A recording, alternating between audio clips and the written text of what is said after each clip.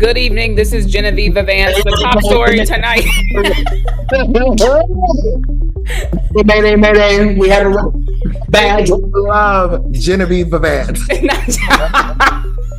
I was hoping Anthony was gonna come in with what's the girl from Family Guy? Which one? Trisha Takanawa. Oh, just stop. That's how you get canceled. Three different. That's how you get canceled, right? Roy did that on one of our episodes. She's like, say it, Michael. Go ahead. Lauren did it one. I'll pull up the episode soon. Did I actually say Trisha Takanawa though? Mm-hmm. That's crazy. Yeah. Because, and also, if you don't get the Genevieve Vance reference, you need to definitely be watching some American Dad. Yes. Yeah, I did not get that reference, and I probably will not start watching. I need to put a wig on. That's what it is. Oh my gosh, you need the wig and the purple jumpsuit. She'd be looking so busted. Busted. I love her. Shout out Roger. Shout out Roger. Shout out Roger. That's what I'm gonna be for Halloween. Happy October. Happy Halloween season. Yes. Happy fall. Is fall. So cozy. Cozy. What'd you say? Nothing. In my hands. In my hands. Cozy. No, but listen, it's Halloween and it's spooky out in these streets, okay? Spooky. It's scary. It's you scary. Need the mystery machine. Not the mystery gang. Mm-hmm. I don't know. I mean, Michael rudely said this before we started recording, but every season it feels like when we get to October, we do have to talk about how crazy October is. I said we talked about this last week.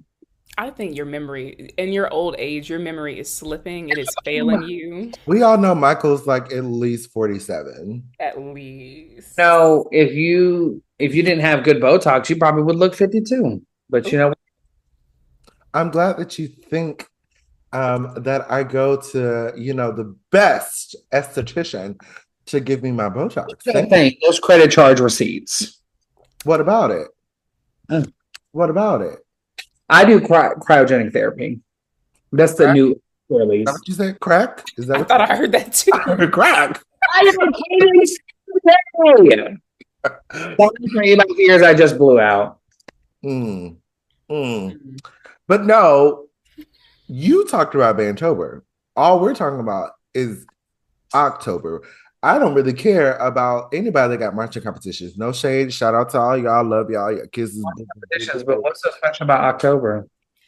Well, the thing is, it's not that it's anything maybe particularly special, but it's like, you got to remember, a lot of people started That is the only thing special. What? He said my birthday very slickly before you started talking. Oh, that's true. Saying my birthday too. Come on. Both of your birthdays. Hey. Correct. But like in general, like they're like, okay, so September, we only have Labor Day, right? So we have one holiday at the top, the tippy tip top of the month. Other than that, September, no breaks. October, 0 holidays. So that is a 2-month stretch where there is absolutely nothing that you get. You get nothing. Yes. Right? And like the 2 big holidays are popping. I guess 3 if you want to count New Year's, but sometimes I put that in Christmas. They're lumped in. But there's nothing. I mean, you just have to go. And if you're an educator, you kind of get a breather for Labor Day, that one day, but then you're just all gas, no breaks until you finally get a break at the end of November. So what really slick is like 2.5 months, almost 3 full months of nothing. And even if you're not an educator, if you're just working, same thing. You are straight working, no breaks. You have weekends, but really weekends are just recovery. You can't really do much besides like try to exist. So it's a lot. It's a lot. And we got to take care of ourselves. You know what I mean? I'm just going to say this for all the educators in the room and for all the parents. We've been spending 2 straight months with your children. Non-stop. Non-stop every day because nobody missed school. So yes, it's a little tiring. It is a little tiring. But also, I will say, as an educator, I feel like Michael, because he loves Marching Band Child. I really don't. And also, a lot of these educators actually do get breaks. They get a fall break. So that is a break. And Not I have not many, not as many as you think. more than me Woo woo woo. because I get zero. Oh, I love that. Shout out to you. Right. Do you want a struggle pass? I really was about to say, do you want a struggle cookie? Hmm, Don't you get a fall break? I sure do. And guess where you gonna be? On a boat in the Exactly. middle of the Pacific. So boom. Call my tea. But what I was saying is also besides just marching band for everybody else, like October is, if you're in the choir world, it's the all-state auditions are usually in October. Here in Texas, some district band auditions start to happen, region band auditions start to happen. And for me, like I'm getting my students ready. We don't have private lessons teachers. So it's like every day, after school Yeah. rehearsals, before school rehearsals, this doom, doom, doom.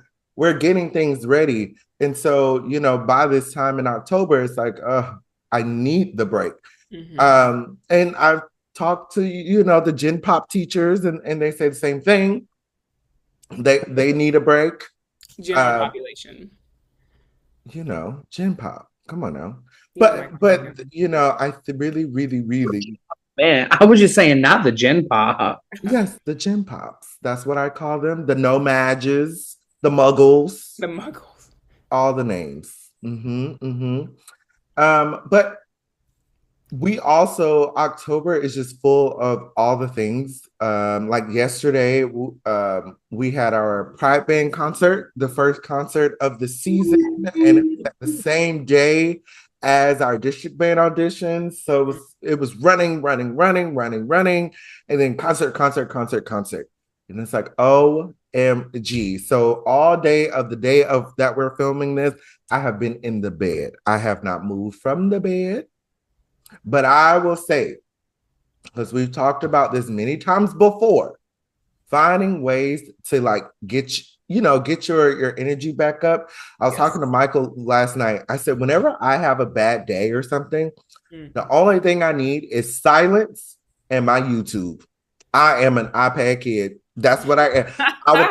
I'll claim my status. But that is how I kind of reposition myself back to center is I need my silence in my bed because to me, my bed is the safest place and my iPad and my YouTube specifically. Like I will go on YouTube dives. These two have literally come into my room and I'm watching either a Pregnancy videos.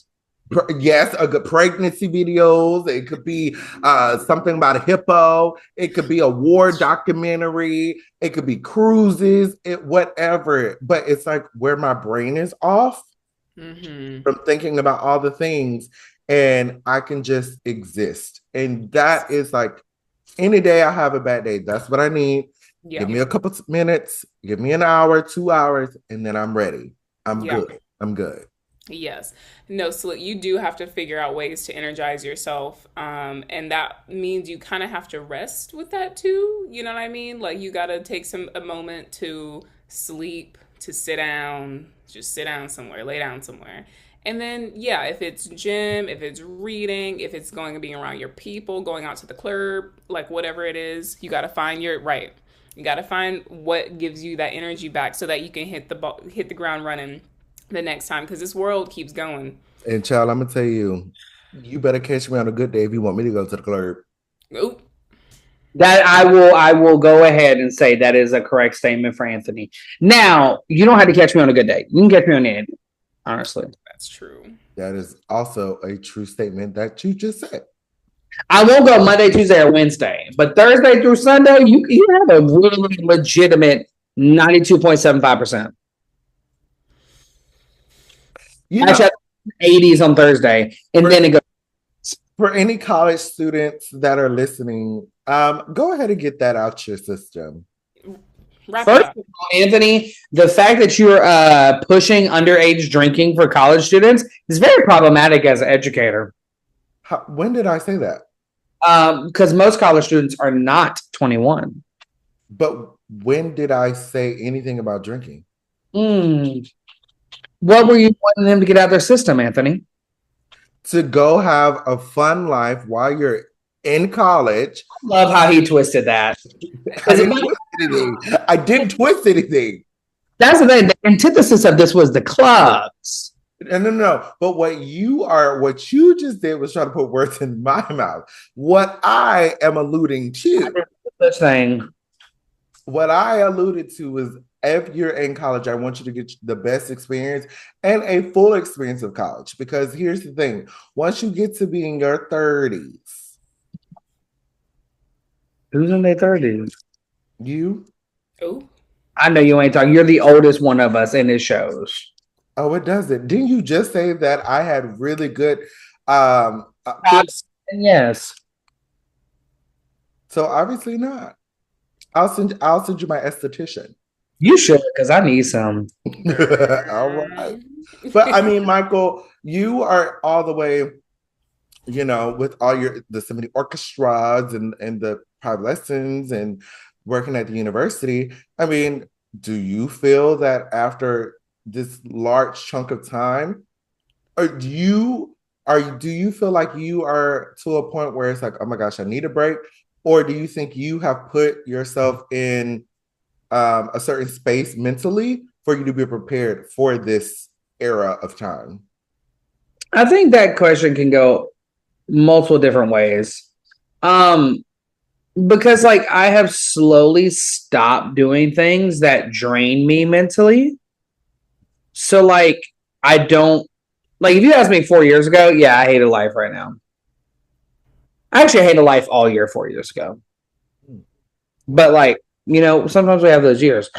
And then 3 years ago I joined my orchestra and that became a bright light.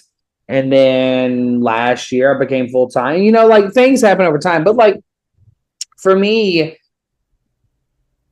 most of the things I do now are things I like to do and not like I'm forced to do or have to do. hmm.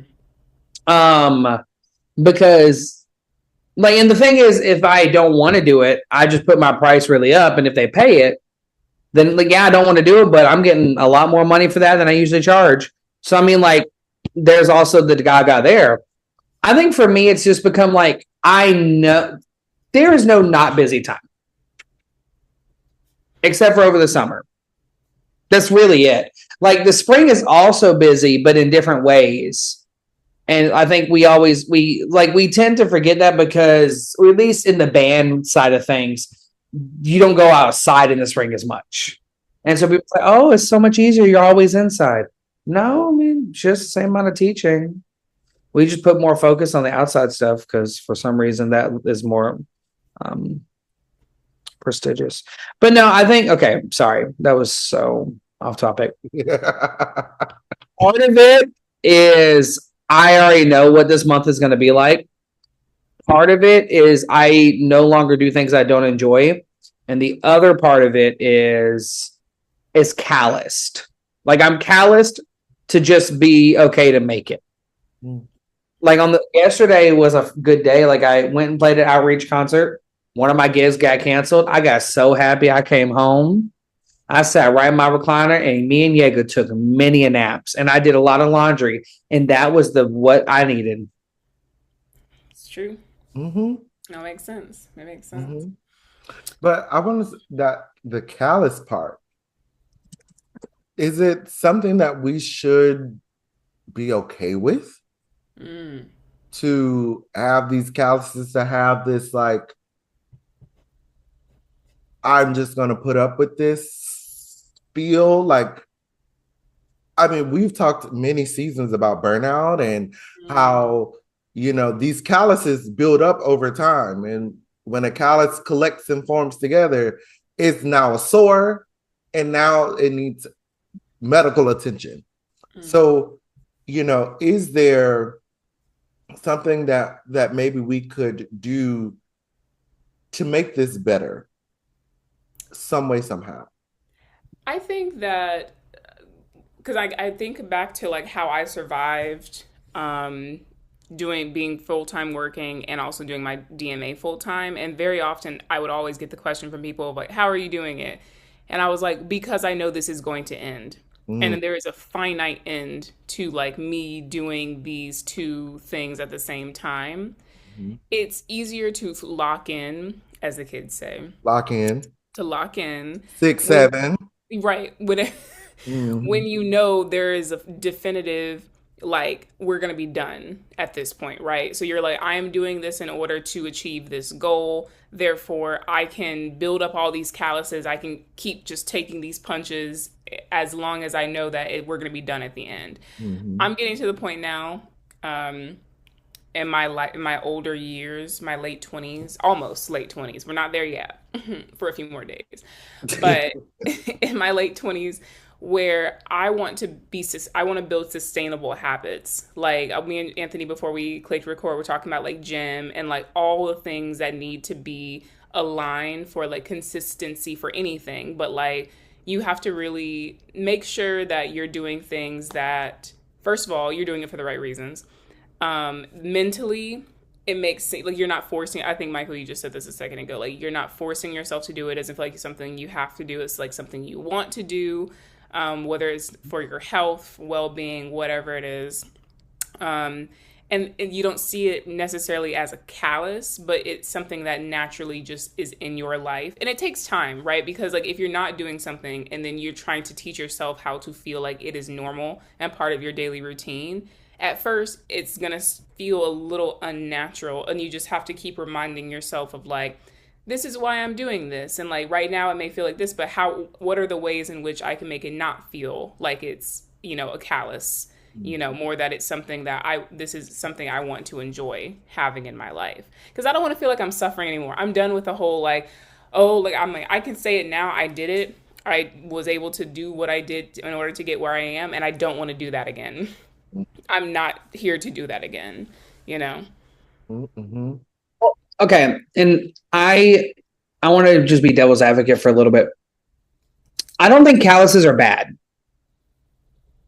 because what I see in this generation is they lack grit. They literally will quit at the first thing it gets hard.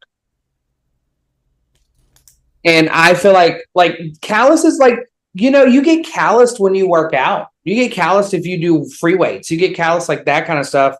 And I feel like it's okay. And there's soreness that comes with it too. And that's a different, like, that's not callousing, but you have to get used to being sore when you start working out, and it just becomes a part of the routine.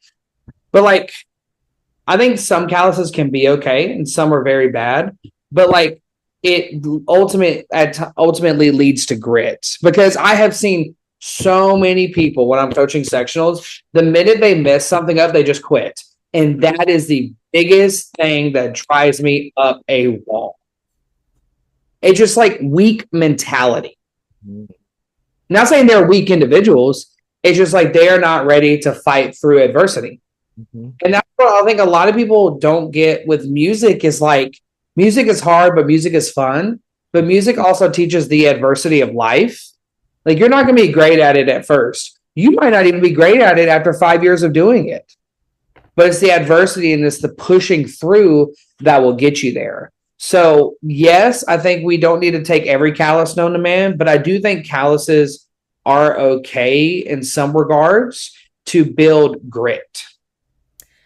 I don't disagree with that whatsoever. I think something I have noticed maybe in the programming that we do at the symphony when we work with youth, and as I've been a teacher post COVID, is that people talk about the glory days of like band, specifically band world, where it felt like you just did things because you were told, and it was like you built the grit, you built the character. Those were values that were instilled upon into youth at those ages by their parents, right? And through the systems in which like the teachers, Sunday school, whoever, neighbors, male people, like it was something that was being instilled in these in the youths. Maybe even that counts with us as well. Like that was something that we felt.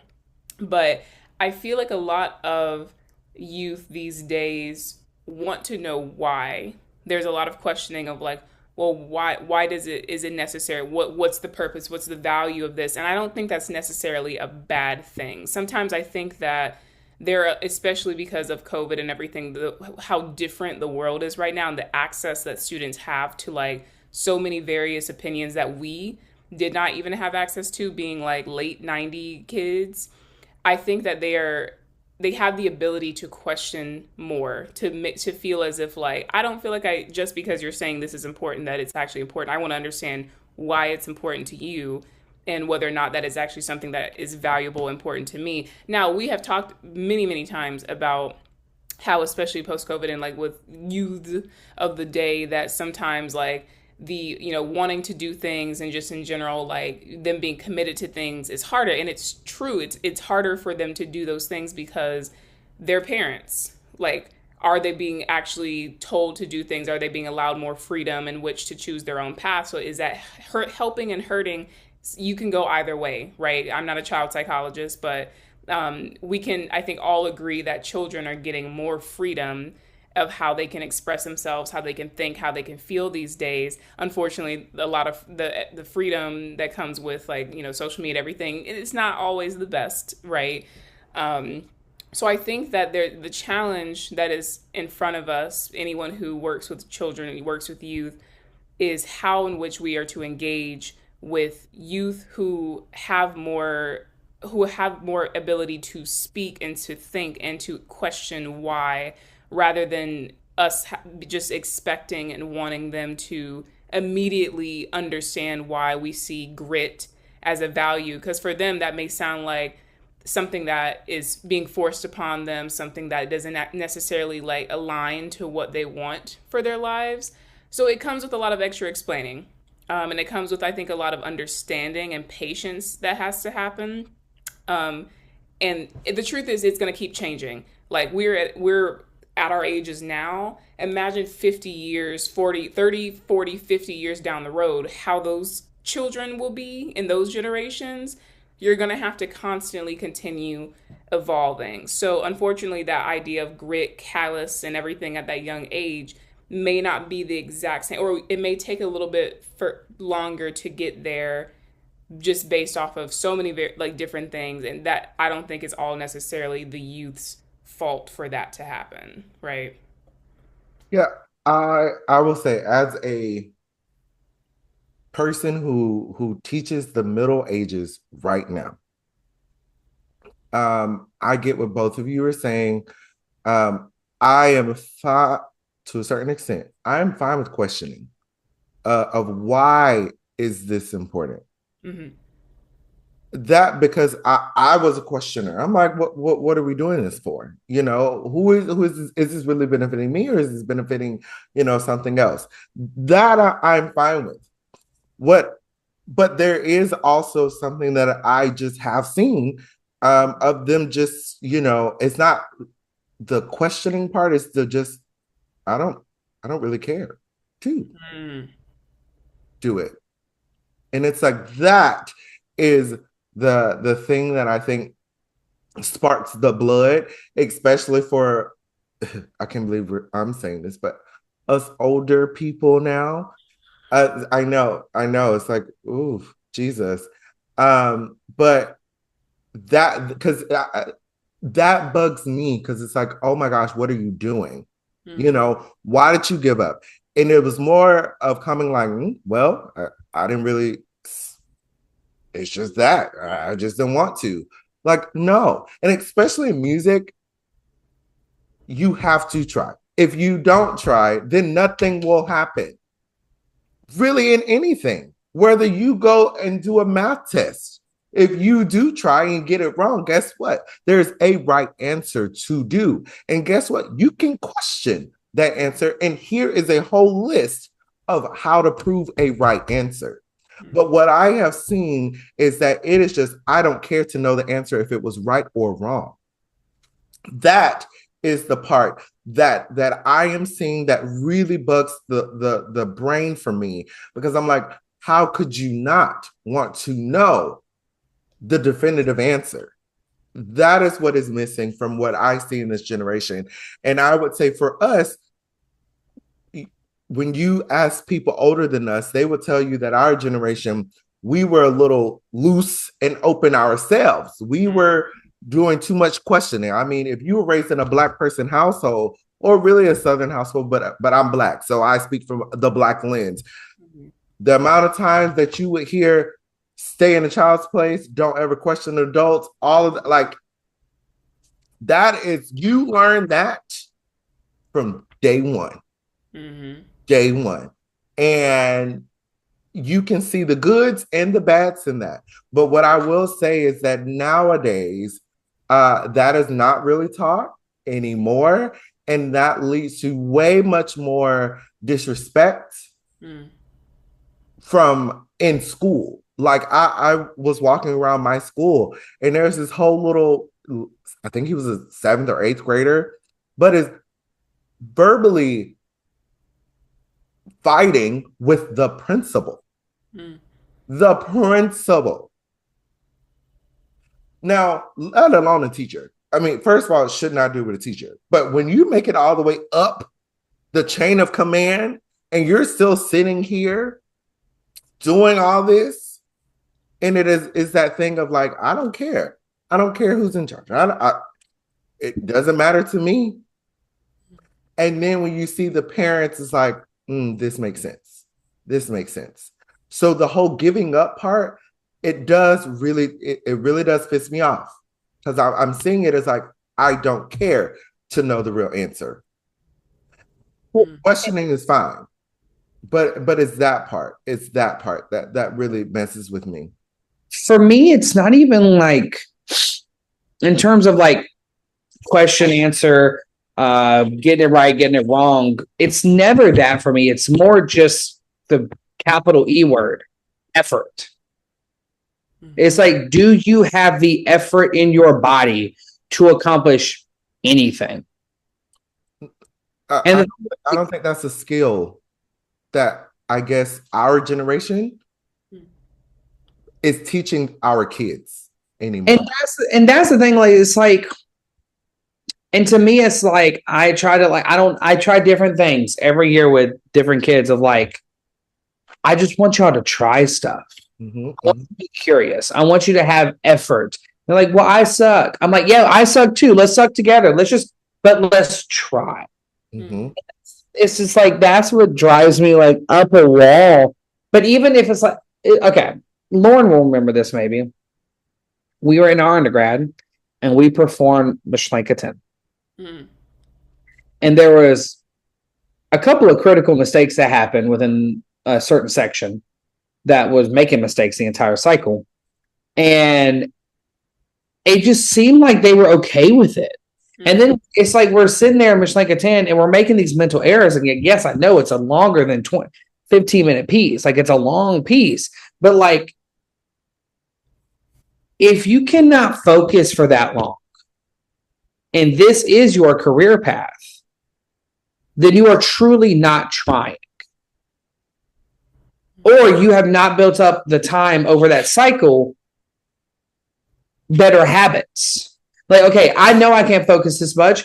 I'm going to focus for this amount, and I'm going to just count my rest. I'm going to focus for this amount. I'm going to write in my part. I'm going to do this. And it's just like, it never clicked to me. Like, yes, I know we're not all going to be perfect. I'm not perfect by any means the word necessary. I will crack them notes and sound like a clam bake all day long. But you know what? I'm going to try.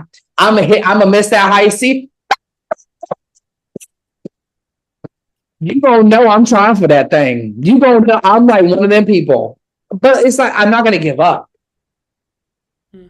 You know what I mean? Like when something hits me, I'm gonna hit back, baby.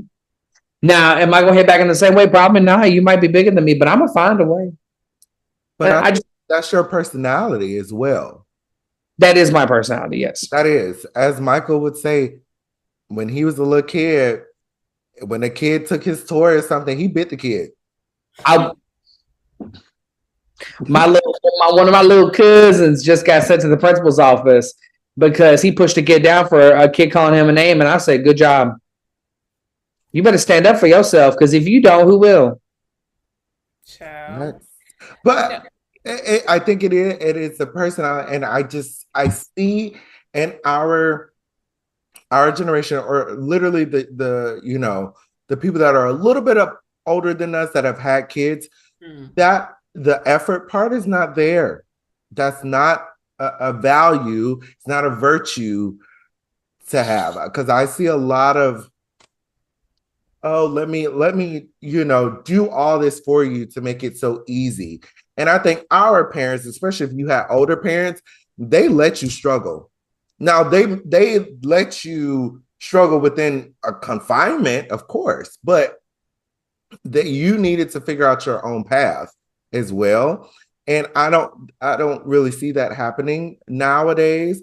And you'll be surprised how many parents will come to like a teacher meeting and will explain behavior that we see, and the parent will just say, oh yeah, they do that at home, Mm. and you're okay with that. But now this makes sense of why they come here and they also think that it's okay. Right. There lies the issue. Right. Yeah. No. To piggyback off of that, not going. I remember I was teaching this section one day, and I was telling these kids like, "Well, you're not doing this right. You're not doing this right," and the kids just burst out. I don't care what you think. Oh.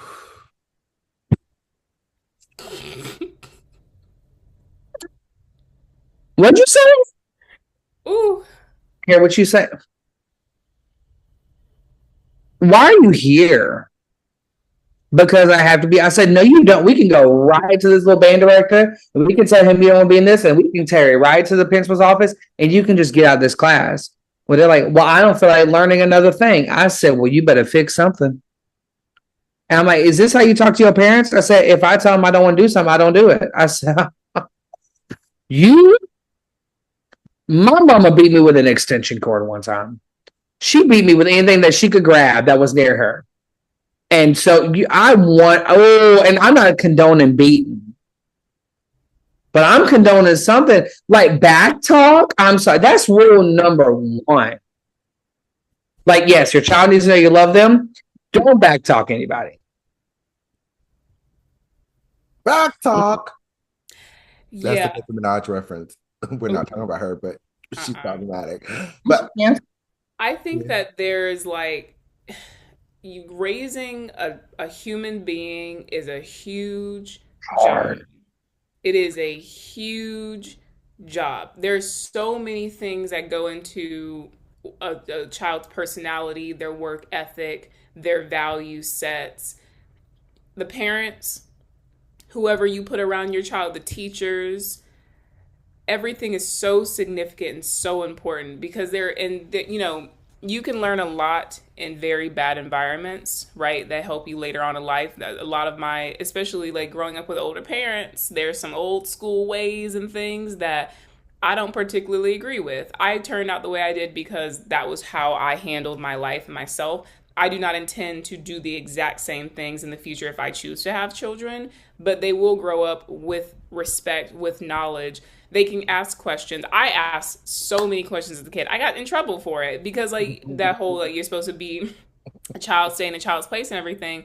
But I was curious. I wanted to know things, and I think that curiosity led me to doing the kinds of things I always whenever I've been doing so many like career day things recently, and I tell people that my shift from just really wanting to be an orchestral musician to doing the work that I do now in the arts administration, like nonprofit, like sector, is because of a curiosity that sparked in me whenever everything happened in COVID to like what was going on. Why are orchestras like? What's the structure of an orchestra? What's a nonprofit? I just was so curious. I wanted to ask those questions, and that curiosity has informed me with all the work that I do. I want to know what's going on in the world. I want to know who's out there, why they're doing it.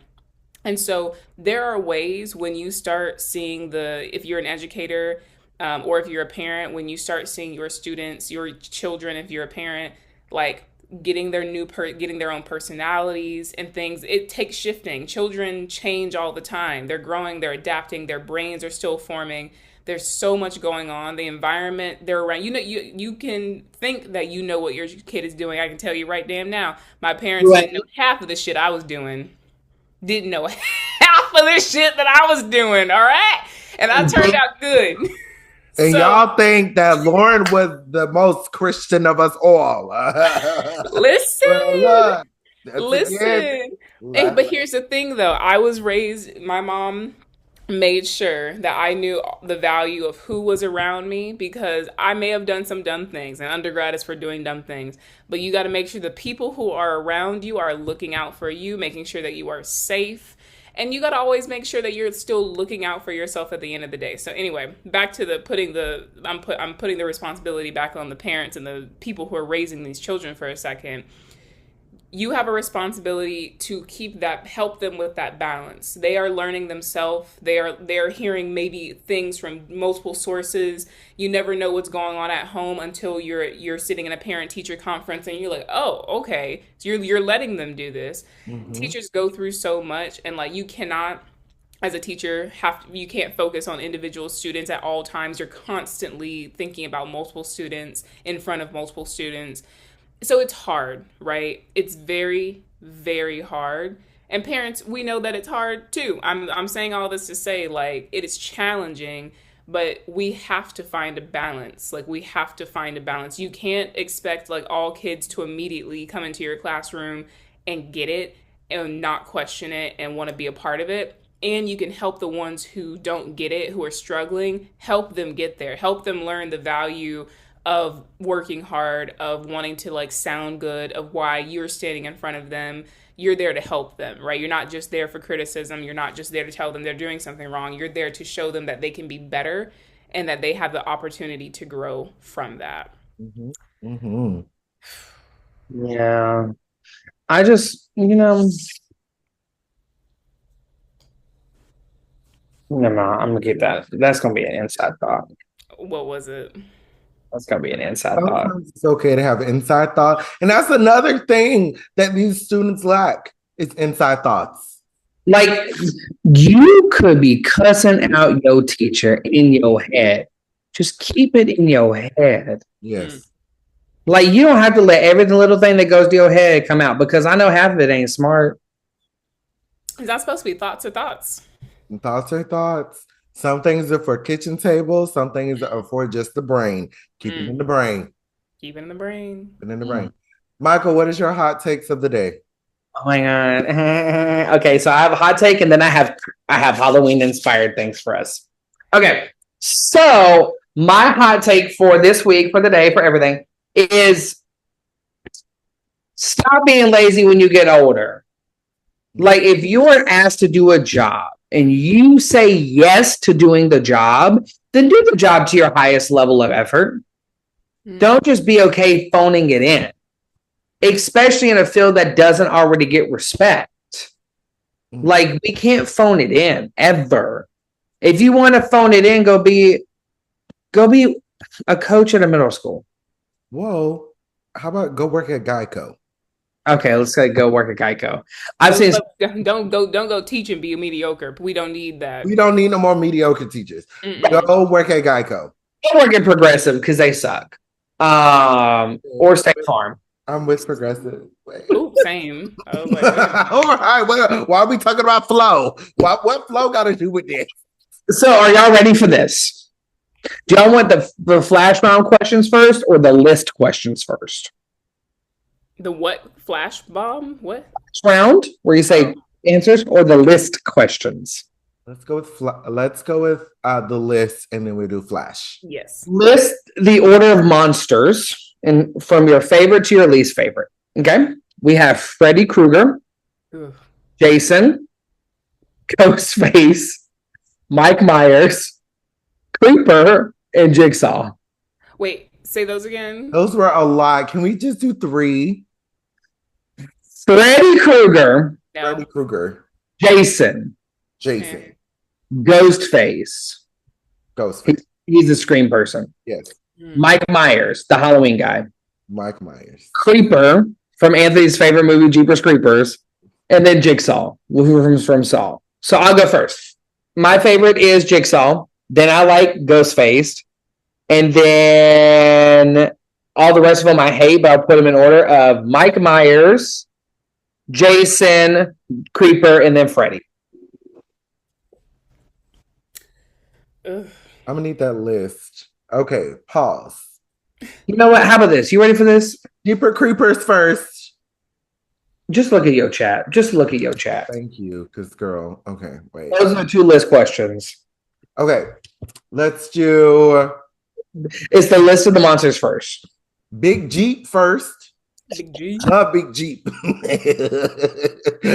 Shout out to Big Jeep. Okay, like definitely shout out. Going first. Okay. Second would be Mike Myers, then Freddy, then Jason, then Ghostface, then Jigsaw. I find the Jigsaw movies completely boring. I love Saw. Okay, Lauren and Anthony, go ahead. Look into the list of Halloween movies. I'll do Ghostface first because he's the least scary and I don't like scary. I'll do Jason after that, just because again, like the mask of this, you know what I mean? I can't do body horror that much.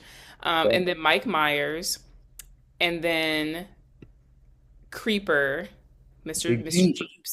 Jeeps, and then I'm gonna do Freddy Krueger and then Jigsaw because the Jigsaw I can't do Saw. Okay, now the next question is, and I'm gonna cut some of these out right now.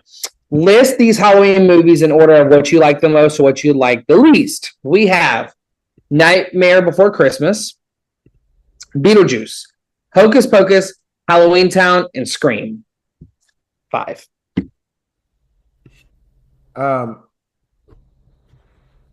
First of the one, okay, Beetlejuice, Hocus Pocus. Well, but also these, Michael, are in different categories because like Hocus Pocus is a child's film. Okay, Anne? It's a child's film. We were at once a child and then we grew up. Well, here we go.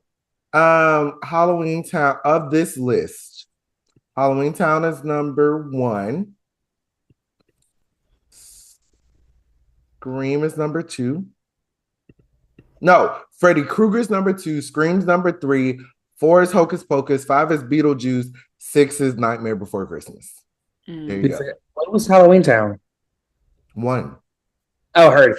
Mine is Scream, Beetlejuice, Halloween Town, Nightmare Before Christmas, because I think that's more of a Christmas movie than a Halloween movie. Hocus Pocus, never seen it though, but I hate Freddy Krueger, so he's last. Yeah.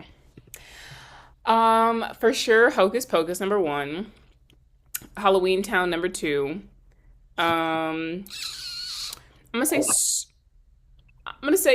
keep it whimsy and say Beetlejuice number 3, Scream number 4, Nightmare Before Christmas 5, and I don't want to put it in there, but I guess Freddy at the dead last. Also, can I just say that Lauren is the funniest person to watch, bless you, scary movies with because her scream is delayed by good and loud.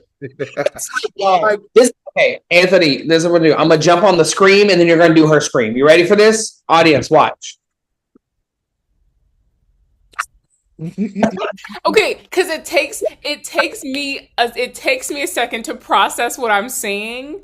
It takes me a second because usually I be watching movies like this, right? Where I can barely see. So if I accidentally catch it, where even if I'm like this and I see something and it's in my face, first it's a body reaction and then I scream. Her scream, y'all. You would think she saw someone get shot. Yeah. It is just piercing. It's just this very piercing, high-pitched note. It's a beautiful soprano whistle tone. Like, it's just boom. But the thing about it, and I'm mad, Michael, you didn't include The Conjuring on this list of yours. Right. List every single Sunday. Okay. But the reason, like, we one random day we watched all The Conjurings. Mm-hmm. And Lauren sitting over there, she is doing this, and like the like big thing happens, and it's like a 6-second delay. And then she screams. And then me and Michael just loses it because it's like, girl, that's been gone. Like, if you've seen The Nun, which is a trash ass movie, but the nun would come up and she go, like, it's scary. It takes me a second. It steals my breath away. left the screen. Gosh. Oh my gosh. Flash round. Okay. Would you be a werewolf or a vampire? We're not thinking Twilight here. We're thinking just in general. Vampire. Vampire. Yeah, vampire. Sinners. Would you rather be a zombie or a ghost? Ghost. Ghost. I don't want to eat brains. Yeah. Ghost by far. I'll be zombie because I like to just cause havoc. And then now here's the one that I don't know yet. Would you rather spend the night in a haunted house or a creepy cemetery? Haunted house. A creepy cemetery? That the doors moving and shit. I can't, y'all. Give me cemetery for 500, Alex. No, like what's in the cemetery? They all dead. They all dead. That's true, and it's flat. I can see everything. A haunted house, girl. If I hear a door close and ain't nobody in this house, baby, go ahead and just take me up to Jesus because I'm not doing it. Wait, are you talking about like a haunted house, like an actual house that is haunted, or a game?